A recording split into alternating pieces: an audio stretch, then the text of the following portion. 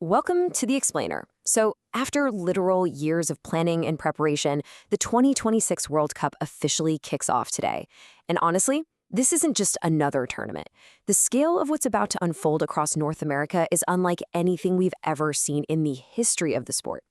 Today, we're going to get a structural overview of exactly how this massive global event is going to work. Okay, let's dive right into our roadmap for today. We're breaking this giant web of football logistics into 4 quick chapters. The biggest World Cup yet, a brand new format, meet the competing teams, and finally, the road to the final. All right, Section 1, the biggest World Cup yet. Before we even talk about who's playing, we really need to wrap our heads around the record-breaking physical size of this event. Take a look at this number, 3. For the very first time, we've got a historic co-hosting setup spanning 3 massive North American nations. Canada, Mexico, and the United States are sharing the logistical load. Never before has the tournament's footprint stretched across an entire continent quite like this. For the traveling fans and the teams, just navigating the vastly different climates, time zones, and cultures is going to be a tournament all on its own. Now, why on earth do they need 3 whole countries? Well, it's because of this number right here, 48. The modern World Cup we all know and love historically featured 32 teams, but FIFA has drastically expanded the field to 48 competing nations. This is a monumental shift. It completely changes global representation, letting in so many more nations from diverse qualifying regions.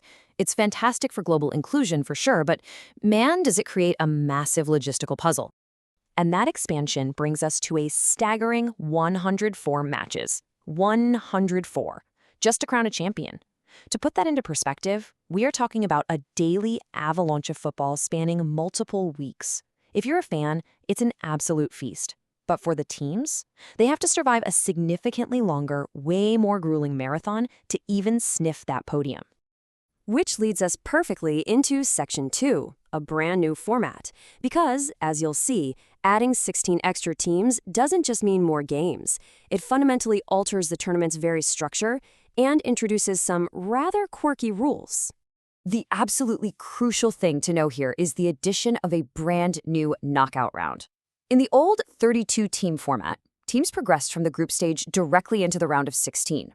Now, knockouts begin at the round of 32. This means there is an entire extra survive and advance hurdle that teams must clear. Make one slip up early in the knockout phase, and your bags are packed. It ramps up the stakes significantly right out of the group stages. Now, let's take a super quick trivia break, because this format change brings up a really fascinating logistical quirk regarding the stadiums. You might tune in and wonder why some of the most famous venues in North America are suddenly operating under completely different names. Well, it all comes down to stopping what FIFA calls ambush marketing. Basically, when brands who haven't paid massive official sponsorship fees try to piggyback on the event's hype. To enforce this, FIFA actually strips away all corporate branding so the venues strictly match the host city names instead. MetLife Stadium in New Jersey? Nope. For the tournament, it's officially the New York, New Jersey Stadium. SoFi Stadium out in LA? Now it's just the Los Angeles Stadium. It's a highly disciplined way to maintain the exclusivity of official FIFA sponsors, even if it definitely takes a little getting used to for the local fans. All right, moving right along to Section 3, meet the competing teams. We've talked about the 48 teams. Now let's see how this massive field has been sorted into a sprawling 12-group grid. Looking at this first block of groups, the geographic diversity just jumps out immediately. Over in Group A, host nation Mexico is gearing up for some fascinating clashes against South Africa, South Korea, and Czechia. Then, jump over to Group C. Perennial powerhouses Brazil are preparing to face off against Morocco, Haiti, and Scotland. We're talking a brilliant blend of totally contrasting footballing styles right from the opening whistle. Scanning further down the board, we see some absolute heavyweights drawing in. Group E is anchored by tournament veterans Germany, obviously ready to assert their dominance. Group F features the ever-dangerous Netherlands, while down in Group H, Spain will be bringing their signature possession game to test Cape Verde, Saudi Arabia, and Uruguay.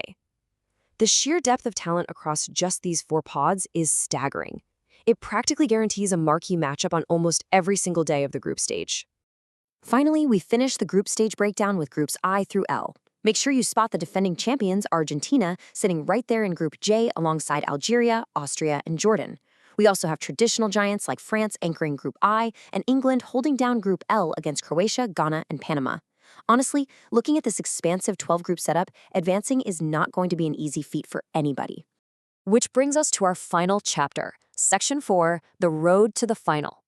We know who's playing and where, but how exactly does a massive 104-match schedule unfold across the summer? Well, this timeline right here acts as your master calendar for the grueling 6-week football marathon. It all starts today, June 11th. The furious pace of the group stages wraps up on June 27th. And then, bam, almost immediately on June 28th, that brand new, super high-stakes round of 32 knockout phase kicks in. The drama just builds day by day, week by week, culminating on July 19th. Let's look at the bookends of this tournament, starting with the opening match. It's happening in just a few hours. Mexico takes on South Africa at the historic Mexico City Stadium. You can only imagine the atmosphere. The host nation kicking off this expanded global festival is going to be absolutely electric. It's literally the spark that ignites the whole 104-match fire. And then we jump all the way to the absolute climax. By July 19th, 46 teams will have been sent home. Only 2 will be left standing to step onto the pitch at the newly dubbed New York, New Jersey Stadium. That is exactly where and when the 2026 champion will finally be crowned, after navigating the largest, most complex World Cup in history. So, that leaves us with the ultimate question to wrap up this explainer. We all remember Lionel Messi and Argentina lifting the trophy in Qatar back in 2022. But with 48 teams, an extra brutal knockout round, and the vast expanse of North America to conquer, who's going to claim global football's ultimate prize this time around? Can Argentina repeat in this grueling new format, or is a brand new champion about to rise? Keep your eyes on the pitch to find out. Thanks so much for joining me today, and enjoy the tournament.